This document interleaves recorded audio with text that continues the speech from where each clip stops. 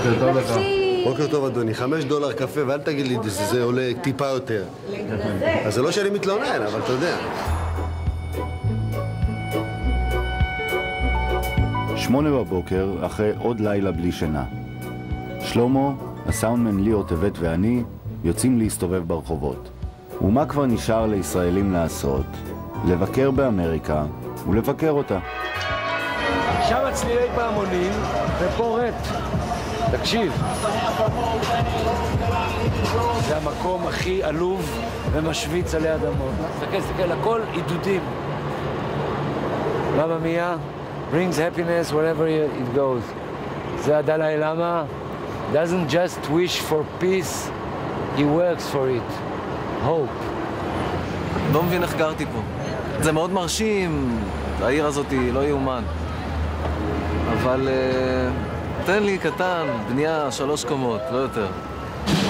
עשו ניסוי במטרו בוושינגטון, לקחו את קריסטיאן בל, שהוא אחד הכנרים הכי מכונן אומרים, ואמרו, נראה מה נעשה, נשים את הבן אדם, הוא גאון כזה, ויש לו צליל מיוחד בזה, ונראה כמה אנשים יעצרו, אתה יודע.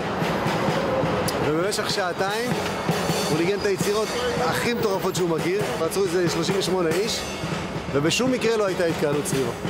אנחנו צריכים לקחת מראה סינגולדה, לשבת פה ברחוב, ולראות מה יקרה. אני נכנס לחנויות בגדים נניח, ואני בכלל לא רוצה לקנות כלום, כי אני הולך עם מכנסיים, ומתחת יש לי גטקס גם, כי קר לי, ומתחת יש לי תחתונים, ומתחת יש לי גרביים פעמיים, ואני כולי, אתה יודע, דובון ימבו. שם יש תור באברקומבי, כי הם קונים ג'ינס. יש בעולם מקום שעומדים בתור לקנות ג'ינס, איפה עומדים בתור בכל העולם? לקחת אוכל, נכון? זה עבדות מודרנית משוכללת.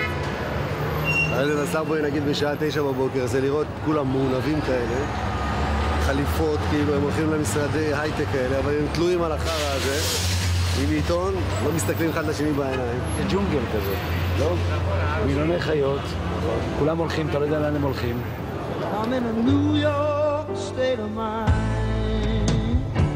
אתה מרגיש מאוד נמוך בתוך מנהטן. עוד 2 שעתיים יש טיסה לסן פרנסיסקו. המסע צריך להימשך. אבל לפני זה, שלמה ואני חוזרים לרחובות הקטנים והנמוכים, בדאונטאון של ניו יורק. שם הוא ממשיך לספר לי את הסיפור על סבא שלו. עכשיו אבא שלי בן 30, הוא לא ראה את אבא שלו בחיים. הוא פונה לשגרירות אמריקה בפריז. אני לא יודע איך, זה הכל עובד דרך מכתבים. הוא מאתר את סבא שלי באמריקה וכותב לו, עוד מעט ייוולד לי בן. אני מבקש אותך לבוא. כשאני נולדתי בקיבוץ בעמק יזרעאל, בברית שלי הוא הגיע לארץ. ואז אבא שלי שואל אותו, אתה רוצה להישאר? הוא אומר, לא, לא סובל את הארץ הזאת. הוא אמר, הארץ הזאת החדשה לא שווה כלום. הוא התכוון לישראל. מזג אוויר חרה, הוא אמר, חם פה. הוא היה הולך עם חליפות, אז אבא שלי אמר לו, אבל אתה לא יכול להשאיר אותה.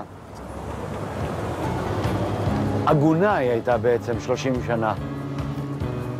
או שתהיה איתה, או שתתגרש ממנה. אז הוא אמר, אני מתגרש ממנה. אז הוא חזר לאמריקה, פה, לרחובות האלה. מספרי ברזל להתפקד. מאיר. כל המרוקאים להרים יד. אחרי 60 שנה במדינה מדבר אליי עוד המרוקאים להרים יד, נו אתה מבין? השד העדתי יצא מהבקבוק. 9, 10, 11, 12, 13, 14, 15, 16. לא יותר שווה מכל הגיטרות של סינגולדה. הבחור הכי יפה פה, את רוצה לראות אותו? כן. רוי? לא חתן, אני לא מחפש חתן, אני מחפש את סאונדמן. יעשה לסאונד, אבל ניתן? תתחיל לבלנס. רוצה לנסוע ללאס וגאס. אתה יודע, נוסעים $1,000 או $2,000. אתה יכול לצאת עם דירה. הוא נכנס עם $1,000, הוא יוצא עם דירה של $250,000. מה האופציה השנייה? אין אופציה אחרת. אני לא יכול להפסיד את הדירה כי אין לי.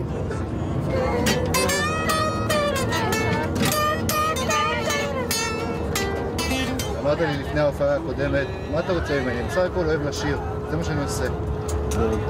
תראה לאן הביא אותך האהבה הזאת. תראה מה קורה פה מאחוריך באוטובוס, והכל מזה שאתה אוהב לשיר. אני שומר את זה, אני תמיד התייחסתי לעבודה שלי כאילו אני מדריך בצופים שסידר קומזיץ לכולם. את צועקת! אני בא! את שותקת! אני בא! אין תקווה! אם לא תרצי ואני...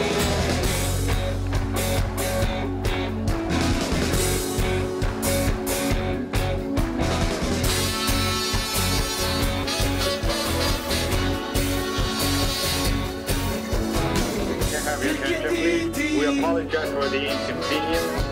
Your bags have been delivered at Cabrestone number 11.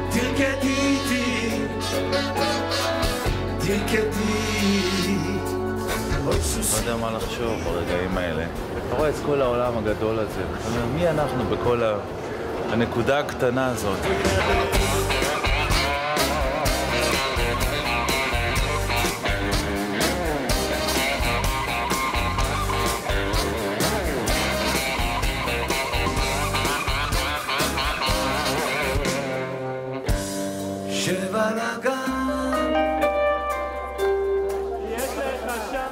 יש לך שמיים, שב על הים, יש לך מים, בואי נשב ליד פסנתר, אתה רוקר חיי, אתה נגן, תנגן, נגן, נגן, נגן, נגן, נגן, נגן, נגן, נגן עד שהסיוט פה ייעלם. פיטר, איך הייתה הטיסה? על הפנים. גם את הטיסה הזאת עברנו. בתור למזוודות אני משאיר את המצלמה על הרצפה. שלמה לא מפספס אף הזדמנות. הוא לוקח אותה, הוא מתחיל לראיין את צילי. איך הייתה הטיסה? גנון. זמר גדול הוא כן. צלם? לא כל כך. אין לתאר, לא הייתה שנייה של שקט. שנייה, ניסיתי לקרוא, ניסיתי לישון. בתוך האוזן. היית בסן פרנסיסקו? מעולם לא. To San Francisco. וואי, זה אחד השירים האהובים עליי ביותר, אני לא מאמינה. מה זה? אני לא יודעת. משהו עם flowers in your hair. כי כולם היו היפיס פה. נכון. לא יודעת, זה וגם יש גשר שנקרא... Golden Bridge. Golden Gate. Golden Gate. יש משהו נורא יפה בלחצות את העולם. לצאת מהמקום שלך ולהתחפף. וזה, אומנם זה בטיסות, שזה לא הגיוני לטוס, אבל כשנוחתים אני תמיד אומר, וואי, שיחקנו אותה. הבנת? תעשה כל יום דבר, כן, שמאז ומתמיד מבחין. תראה, להקה צבאית. מקבלים חדרים לאט לאט, המצב טוב, מתקדם. כל אחד צריך לחתום שהוא לא מעשן. מי שמעשן יש קנסות, והם משלמים כסף. אני בחדר הולך לעשן, אבל אני רעב, באמת לאכול. השעה עכשיו 9:50, וב-10 נסגרת המסעדה. כנראה שנלך לישון רעבים. חבק שוב את הוריך, את חבריך אל תעזוב. תפליג אוניותיך, את כל הים עד קו החוף. ולך יחף בלובי. שלמה הותקף תמיד על משפטים סתומים בשירים שלו. בשיר האמיתי יש שורה על 2 בגדים ודוכיפת, ויש שורה כמו תלך יחף בלובי. נו, הגשמת חלום? אני תמיד הולך יחף בלובי. הנה דוגמה לשורה שהופכת לאמת בחיים. אז הלכנו לאכול. And another one. חולמים. מלצרית, סרט. היא מדברת אליך, אתה לא מבין כלום. אתה מזמין משהו עם מה שהיא רוצה. לא נראה לי כזה אכיל. שוב, זה סוג מסוים של לובסטרון סרטנון. נו, תעשי את דברים שבלילה אני לא אשן בגלל. אכלנו, שתינו, הצטלמנו. בעיר זרה אתה מעביר זמן בנשף ריקודים בתוך הבטן. יש שף אלפרדו ושף סטפן. התוכנית שלו מחמיץ אגב. יש לו עצב מינורי בתוך ההתחלה של התערובת. התערובת כל כך שמחה. אז הוא אומר, היה פה קרב הרי. לא קרב סכינים, לא נראה, אלא קרב בתוך ה... בין הטעמים. בקיבץ', בין הטעמים, כן. וכאילו אוכל זה אוכל קישוטים, זה לא אוכל. אני אומר, מסתכל על זה, אני אומר לעצמי, כמה ילדים רעבים יש באפריקה, אם הם היו אוכלים לרכב. אני אצלם את זה. למה לא? כל הערב דיברנו מילים חדות כסכין, מילים נודדות, מפיכם תוך פי. בלילה אני נזכר בסבא שלי, שבאופן מפתיע קראו לו שלמה. הוא היה גבוה, מפאיניק, שמן וקרח, והוא, עד כמה שאני יודע, חי עם סבתא שלי, שגם לה קראו פניה, כל החיים, במקום אחד, בעיר אחת, בתל אביב.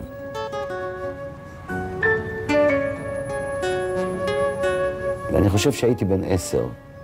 אנחנו נוסעים בנמל חיפה, ומחכים, ומגיעה אונייה גדולה, ואני רואה את אבא שלי מוריד איש, וכשהאיש הזה מתקרב אלינו, אני רואה שמשהו בעיניים שלו מת.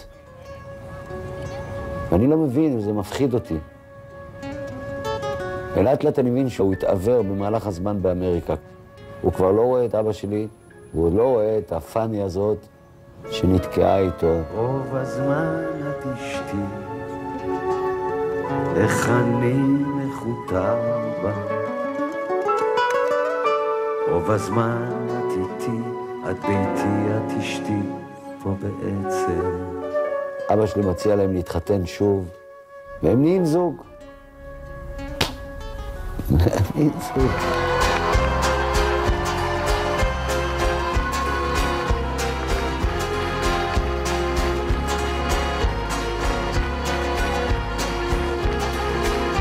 הוא לא סובל את סבתא שלי. ברגעים הקשים הייתי שומע אותו קורא לה ביידיש בהימה, כלומר בהמה. וסבתא שלי שותקת, אבל חיה איתו. היא אפילו ישנה איתו באותה מיטה.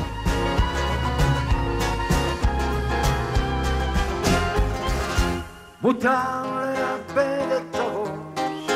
אנחנו זמרות הליווי. זמרות הליווי. בשלב מסוים בתוך הסיפור הזה מופיעה אישה. אבא שלי אומר שקוראים לה קלרה, ואני ואחותי קוראים לה דודה קלרה. כאילו, השיער שלה אסוף כמו גולדה מאיר, אני חושב, או משהו. וזה חצי שנה היא גרה עם סבתא שלי וסבא שלי, ולאט לאט אני מבין שהיא לא דודה ולא בטיח. היא הייתה ידועה בציבור שלו, היא הייתה האישה האחרונה שהוא אהב באמריקה, הוא התגעגע אליה והביאו לו אותה. שתיהן היו יושבות על המרפסת. ושורפות את הפה מללכלך עליו. ככה זה כשיש שניים, זה הרבה, זה תמיד פעמיים. לדבר לא זה לא בשמיים, זה מה שגורם לי לבכות.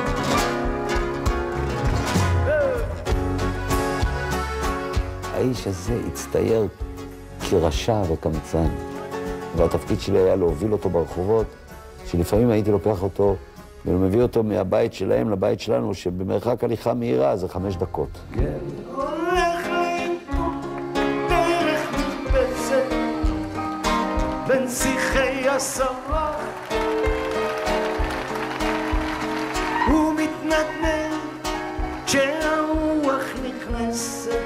מכל האנשים שהיינו, אמא שלי, אבא שלי, הסבתא שלי, אשתו, הוא אהב את אחותי נאווה. באמת, אותה הוא התאהב בה.